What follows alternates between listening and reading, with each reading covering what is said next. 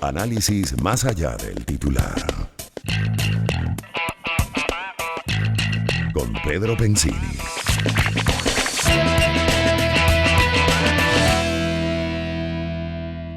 De regreso con ustedes y tenemos en línea a nuestro invitado Jorge Botti, expresidente de Fede Cámaras y que muy amablemente nos atiende el día de hoy. ¿Cómo está, Jorge? Bienvenido al programa y buenas tardes. Pedro, ¿qué tal? Muy buenas tardes. Siempre encantado de estar con ustedes.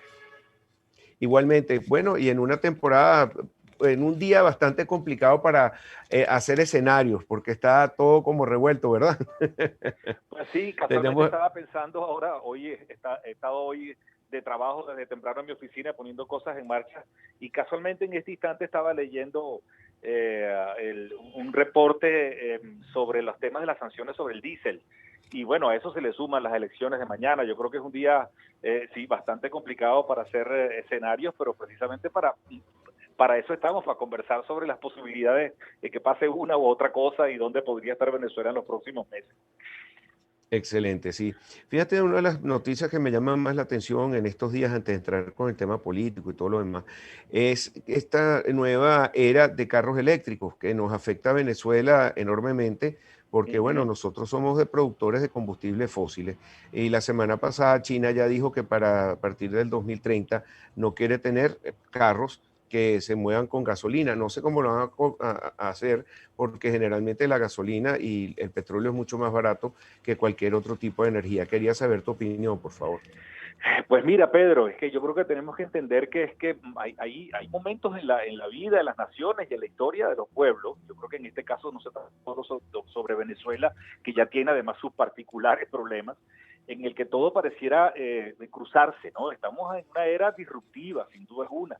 Recientemente leía que algunos informes indican de la OCDE que la automatización del trabajo, y es parte de la robótica, de todo este fenómeno que estamos hablando, incluyendo este fenómeno de la sustitución del uso de combustibles fósiles, sobre todo para transporte, no es que se va a acabar el petróleo, hay 100.000 usos distintos para el petróleo, basta con que uno se dé cuenta que lo que se pone completo para salir a trotar en la mañana, los que trotan casi todo es 100% petróleo lo que tiene puesto, pues, ¿no?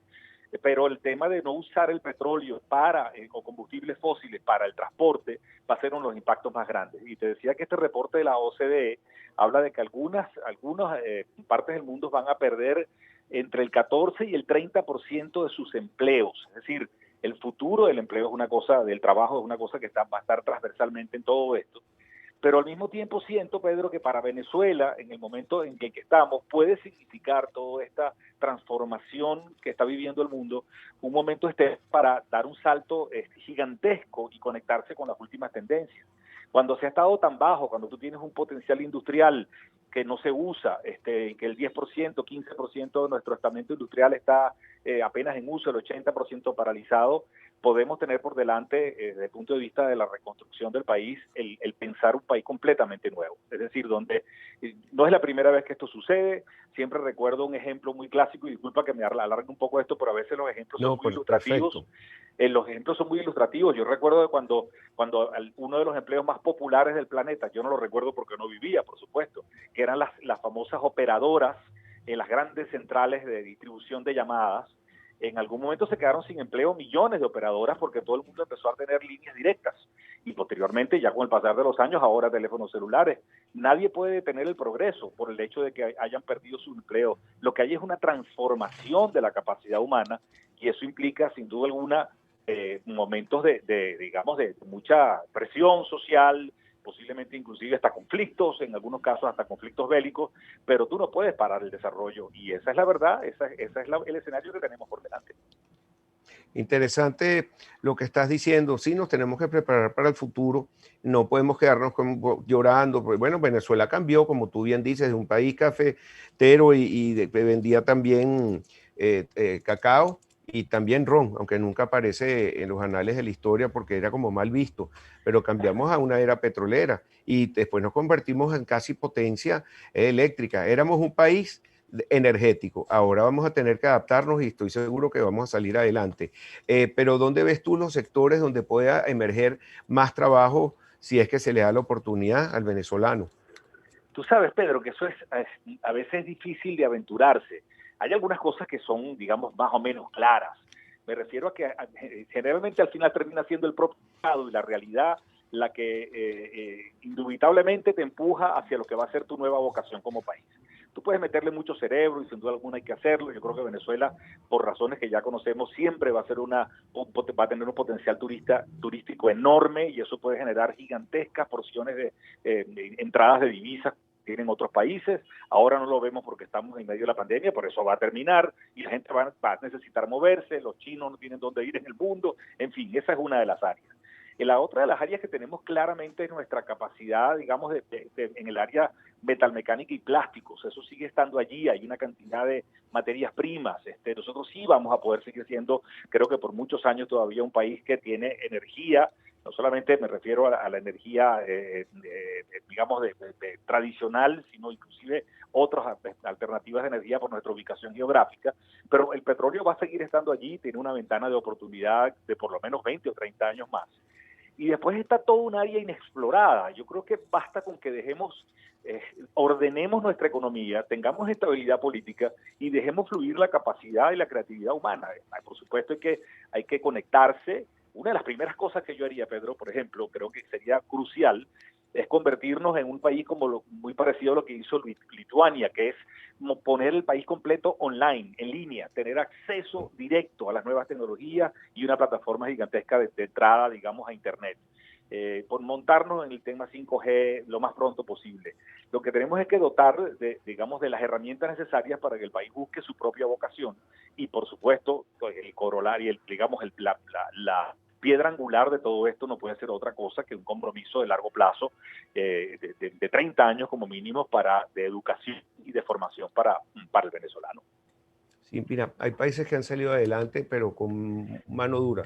Por ejemplo, Singapur, y han construido hoteles impresionantes, estoy hablando del turismo, y bueno, han sido muy estrictos, te ponen unas multas enormes, pero mira, han salido adelante. ¿Tú crees que podamos cambiar nosotros como venezolanos a un país mejor? Pero tenemos que poner de nuestra parte.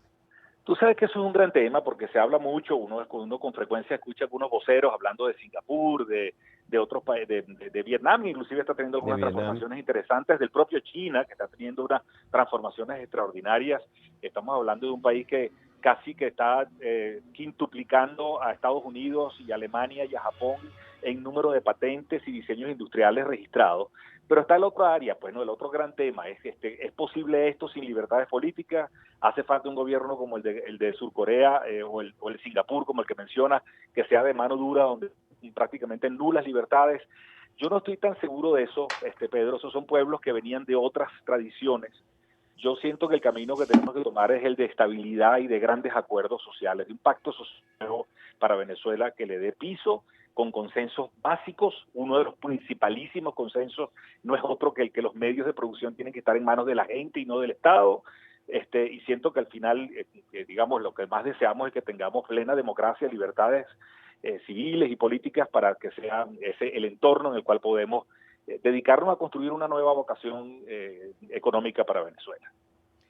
Muy bien, mira, uno de los ejemplos que también me gusta ver es Arabia Saudita, que es un reino, pero ellos decidieron diversificar su petróleo y sembrar el petróleo, un sueño que ha tenido Venezuela, que para mí nunca ha sido cumplido, nunca se invirtió. Bueno, es una metáfora, pues, porque en esa época, Sí. cuando se dijo, era una inversión agrícola, pero Arabia Saudita hizo un fondo gigantesco y están invirtiendo en compañías como Uber y aportando ese capital a desarrollar empresas dentro de ese país.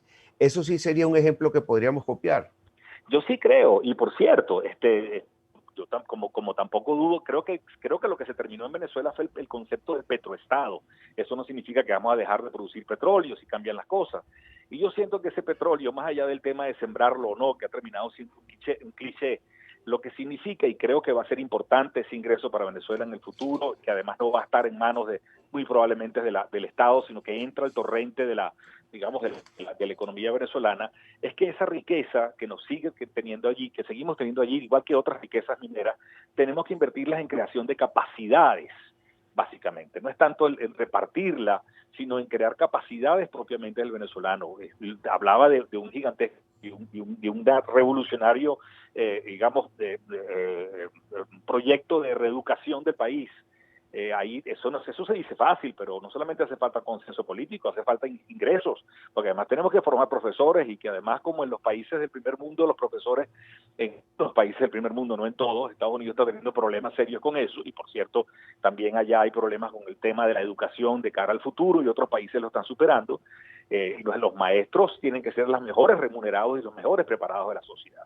En fin, se trata de repensar por completo, hacer una especie de matriz DOFA, ¿no? De dónde están nuestras debilidades, oportunidades, fortalezas y amenazas.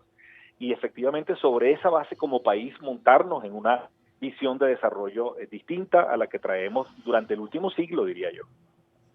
Interesante propuesta. Ahora, en este momento, evaluando Venezuela, ¿cómo dirías que esta encierre de tantas empresas, pero también trae con el COVID, bueno, lamentando toda la desgracia que ha traído a todo el mundo, ha traído nuevas oportunidades? Pero vamos a ir a una pausa y al regreso me contestas de cuáles son esas oportunidades que crees que han traído. ¿Crees que estos emprendimientos se van a convertir en algunas empresas más sólidas para el futuro? Al regreso, por favor, Jorge Botti. Seguro, gracias a ti. Okay. Ya regresamos, venimos con Jorge Botti después de esta pausa. Benzini con todo. Conversaciones sin desperdicio con Pedro Benzini. Circuito Éxitos. De regreso con ustedes, seguimos con Jorge Botti, expresidente de Fede Cámaras, y estamos hablando sobre cuál era vamos a ver la película en este momento, qué pasó en Venezuela con las empresas, si siguieron cerrando, qué se espera para fin de año, y cuáles son esas nuevas oportunidades que pudo haber traído toda esta pandemia para nuevos empresarios y si son sostenibles en el tiempo o no. Jorge Botti, por favor. Sí, Pedro, creo que es un tema realmente no solamente apasionante, sino muy duro. Fíjate que ya ahora, ya entrando en la recta final del año, las estimaciones que se habían hecho por parte del Fondo Monetario y algunos otros organismos, pero también algunos estudiosos de la materia internamente en Venezuela, nos hablan de una caída del Producto Interno Bruto muy superior a lo que estimábamos. En algún momento el Fondo Monetario estimó 9, 10%, ya estamos hablando de 30, 35%, y eso se suma a lo que ya sabemos, no está de más repetirlo, sería el 7º año consecutivo de caída permanente, de contracción de nuestra economía. Tenemos una economía que para finales de este año va a ser apenas 1/5 parte de lo que era hace 6 años. A esto hay que sumarle algo que todavía no sabemos, que es cuánta parte del tejido empresarial venezolano no va a sobrevivir a esta batalla con el virus y a la batalla de tener un país prácticamente en el suelo, sin servicios públicos y con un Estado además inexistente, que a diferencia de otros grandes, de la mayoría de los estados de la región y del mundo, han tenido el apoyo directamente de sus propios gobiernos, indistintamente de los temas fiscales que ya habrá que abordar en el futuro, pero los gobiernos han respondido a su tejido productivo, y con todo eso, fíjate los grandes reclamos que estamos viendo hoy en día en Italia, en España y en Francia. En fin, unas encuestas recientes que creo que tú también compartiste en algún momento, algo que se hizo con la colaboración de varias instituciones, pero básicamente lo llevó adelante Data Analysis, hablaba de que con todo y esto, hay cerca del 10% de las empresas que fueron contactadas que dicen que más bien están facturando más que antes. Y eso no es extraño, pero lo importante es que tenemos que entender que siempre, aún en medio de las más cruentas de las situaciones, guerras, cataclismos, etcétera, siempre hay algún tipo de negocios que se ve fortalecido. En este caso son las entregas, posiblemente los que sean las empresas que han hecho transformaciones digitales más rápido que otras. Algunas empresas que han logrado exportar en materia de servicios, por ejemplo, que se siguen haciendo desde Venezuela, pero la mayoría, el 90% de las empresas está pasando por terribles problemas en este momento. Yo creo que es poco lo que hay que rescatar de esta debacle de este año 2020 para Venezuela. Uno siempre trata de verle el lado bueno a las cosas, pero va a ser un año terrible, dificilísimo de superar para la gran mayoría de las empresas y para los venezolanos. Creo que esa es la verdad. Lo que quedan son los aprendizajes, sobre lo que significa el tener que planificar empresas a largo plazo, no acabar con las reservas rápidamente que se puedan tener en una empresa o en una familia. Son lecciones más que otra cosa, Pedro, lo que quedan, y va a ser un año muy, muy, muy duro para Venezuela, y pareciera que el año que viene también va a seguir siendo así, no solamente por la pandemia que se prolonga, sino por la situación particular de Venezuela sometida, digamos, a esta presión, a este escenario político, que indistintamente de lo que suceda mañana, creo que nos vamos a adentrar en una prolongación del status quo, es decir, una economía pequeña, sin acceso a los mercados financieros internacionales, todavía por efecto de las sanciones. Es una situación que se va a prolongar muy probablemente durante todo el año que viene. Fíjate que en uno de los temas que ha surgido con todo el problema, como tú dices, que no hay acceso a fondos de la banca, es el mercado de capitales y todo, cada vez vemos más nuevas emisiones que pueden levantar capital las empresas para seguir adelante, para tener flujo de caja, por ejemplo, Ron Santa Teresa, que quería construir más galpones, eso es más producción, más exportación. ¿Tú crees que el mercado de capitales es una buena oportunidad en este momento? Sí, yo diría que es de las cosas, decía que siempre hay algún aprendizaje, de las cosas que hemos buscado, que señalan el rumbo correcto. Siempre fuimos muy tradicionalistas los venezolanos y en particular nosotros los empresarios. Cada vez que pensábamos en financiamiento, lo único que pensábamos era en la banca tradicional. El tema de que se haya, digamos, rescatado, revivido el tema del mercado de capitales, que se hayan hecho algunas modificaciones legales para permitir que la pequeña y mediana empresa pueda ingresar en ese mundo, me parece extraordinario, Pedro. Yo creo que ahí tenemos una de las aristas más importantes, porque al final lo que ha pasado es que nos hemos reinventado como sociedad. Por mucho que nos ha dolido este año y todos los elementos que ya hemos mencionado, la gente que se fue, perfecto, pero los que nos quedamos acá tenemos la necesidad de reinventarnos, y así como digamos, el que lo único que tiene como posibilidad es hacer algún tipo de alimento para venderlo en la calle, que al final también es una forma de reinventarse, no es menos cierto que también en otros sectores de la sociedad se han buscado mecanismos para, digamos, paliar esta situación. Yo creo que el mercado de capitales es uno de los más valiosos. Además, recordemos que ahora se pueden hacer emisiones, que entiendo que todavía no se han hecho, pero emisiones directamente en divisa. Ahí hay un camino que hay que seguir sin duda alguna. Sí, qué bien. Bueno, se está tratando de buscar autorización para que se pueda hacer en divisa, pero todas han sido un éxito, todas las que se han hecho en los últimos meses. Y me consta por la gente de Fivenca, que también son anunciantes de este programa, y tuvimos la oportunidad de estar, por ejemplo, con la gente de Taurel y compañía, que hicieron una emisión extraordinaria.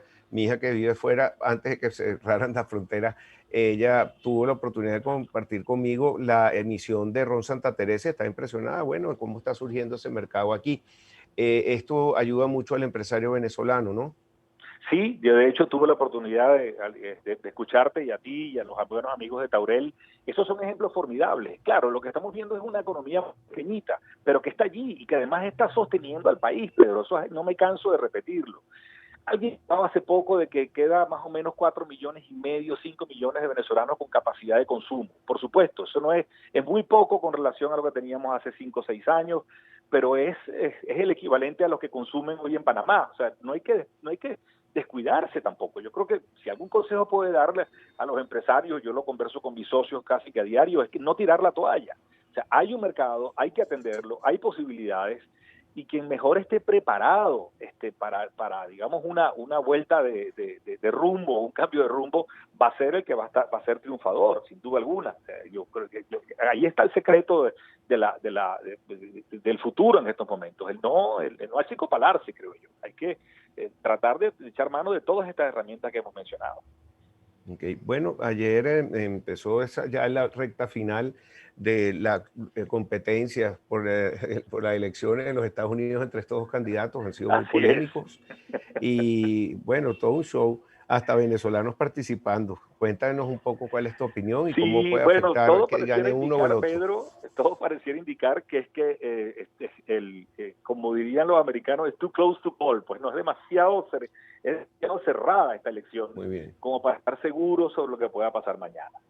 Yo tengo que, por cierto, saltar, y la gran verdad es que a mí me ha llamado positivamente la atención las intervenciones que ha hecho Leopoldo López en sus últimas semanas, por cómo ha tratado este tema, porque además es cierto, ya está más que demostrado que el tema de Venezuela es un tema que va más allá del tema de los partidos, es decir, todos están unidos con relación a Venezuela.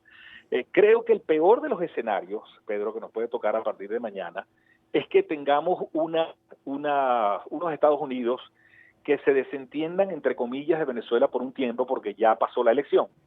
y que entonces, como ha pasado en muchas otras ocasiones, desde la famosa guerra de Vietnam para acá, desde mediados de los 70, que tuvieron 20 y pico años allí cerrados con sanciones, el peor escenario es que no es que se olviden, sino que nos dejen como que en stand-by por ahora. Bueno, no podemos hacer nada, deja las sanciones allí y ya veremos dentro de 6 meses, un año, qué está pasando con ese país. Y creo que es el peor de los escenarios.